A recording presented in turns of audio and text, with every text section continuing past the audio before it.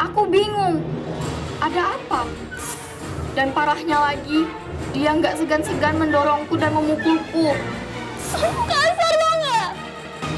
Udah gue bilang, lo tuh jangan ngurusin hidup gue tau gak?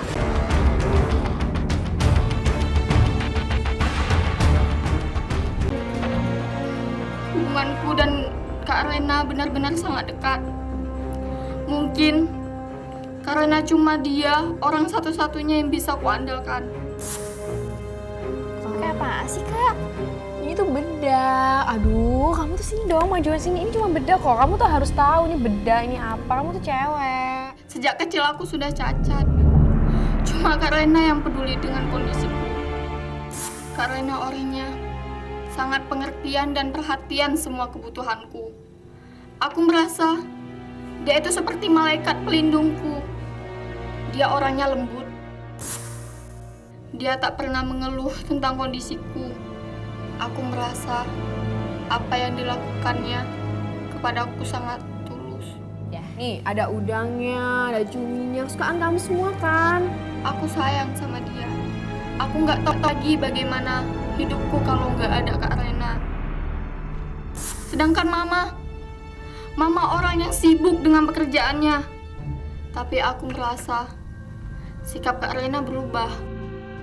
Aku semakin nggak ngerti pribadinya. Kadang ini menjadi dilema buatku. Apa aku harus cerita semua ini sama Mama? Tapi gimana kalau Mama marah? Bagaimana kalau kakakku tahu?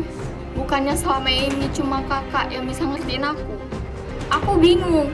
Sampai akhirnya aku nekat mencoba mengajak Mama berbicara. Saya mau ngomongin sama Mama. Duh, anak mama serius amat sih kelihatannya. Ya. Ngomong aja deh. Ini tentang Kak Rena, Ma. Emang kakakmu kenapa? Secara kan Mama kerja, sibuk, keluar kota. Jadi Asih sama Kak Rena di rumah. Dan Asih rasain Kak Rena berubah, Ma. Mama lihat nggak ada yang batu dari kakakmu. Iya, Ma. Biasa-biasa aja. Tapi Asih lihat Kak Rena sekarang kasar. Dia sering jahatin Asti, Ma. Tapi jauh di luar bayanganku. Mama nggak percaya dengan semua omonganku. Mama bilang nggak mungkin Kak Rena bersikap seperti itu padaku. Di mata Mama, Kak Rena adalah anak yang baik. Mama malah menasehatiku supaya tidak berbicara yang aneh-aneh tentang kakak. Kamu buta jangan sama bicara Asti? yang enggak tentang Kak Rena. Kamu dirawat dari kecil. Dia sayang banget sama kamu. Ma. Aku tahu Kak Rena memang orang yang sangat baik dan perhatian. Tapi aku juga kadang merasa ketakutan dengan sikapnya yang aneh. Apalagi Mama juga jarang di rumah kan. Aku bingung. Aku harus bagaimana menjelaskan semua kelakuan aneh Kak Rena.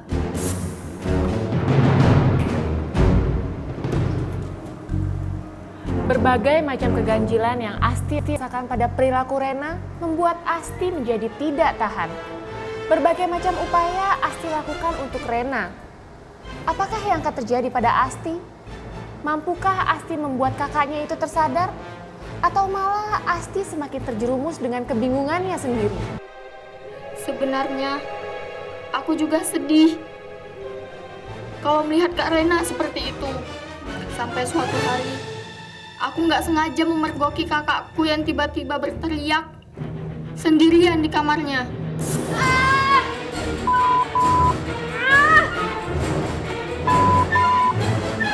Aku bingung, ada apa dengan kakakku? Kenapa dia berteriak seperti itu? Aku coba ketuk kamarnya. Aku berusaha untuk membuatnya mau membuka pintu dan bercerita kepadaku.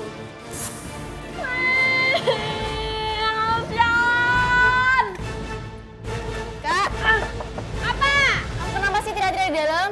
Bukan urusan lo, pergi sana. Tapi dia malah semakin marah dan menyuruhku untuk jauh darinya. Aku ketuk-ketuk pintunya. Bukain, Kak. Pergi. Kak, udah deh, gue bilang pergi ya, pergi. Gak usah kecampur urusan gue, pergi sana. Kamu tuh ngapain sih teriak-teriak? Bukain dong. Gue udah bilang berkali-kali, pergi sana, gak usah urusan gue. Di situ, aku melihat raut wajahnya yang sangat marah. Kamu tuh kenapa sih teriak-teriak? Urusan gue sih mau teriak-teriak atau enggak, kenapa sih?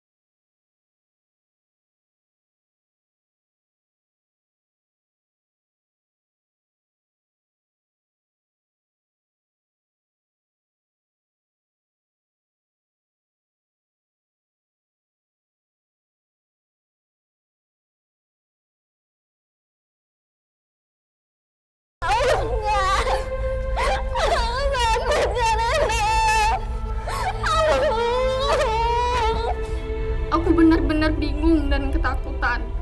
Kakakku menjadi orang yang brutal. Aku cuma bisa menangis. Aku nggak bisa berbuat apa-apa. Ternyata semua kejadian itu membuatku pingsan. Saat sadar, semuanya sudah seperti biasa. Semua seperti nggak terjadi apa-apa. Aku cuma mendapati Kak Rena yang sedang merawatku.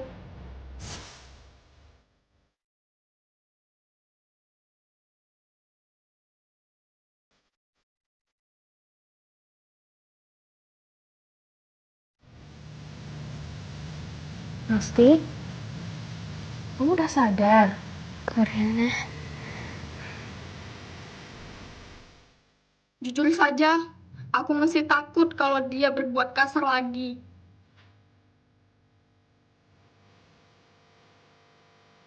Dan semua kejadian itu ternyata nggak berhenti di situ saja. Aku lagi-lagi dihadapkan pada sebuah kenyataan. Kalau Kak Raina hamil.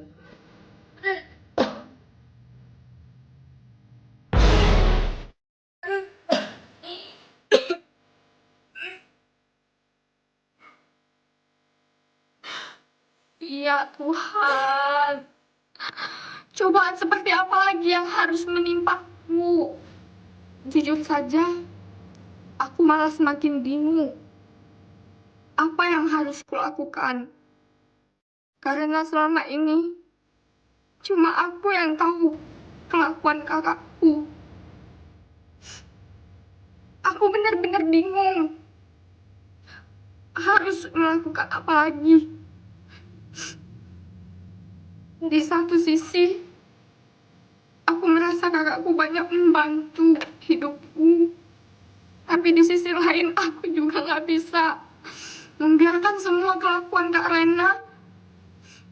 Aku bingung. Aku harus melakukan sesuatu. Tapi apa?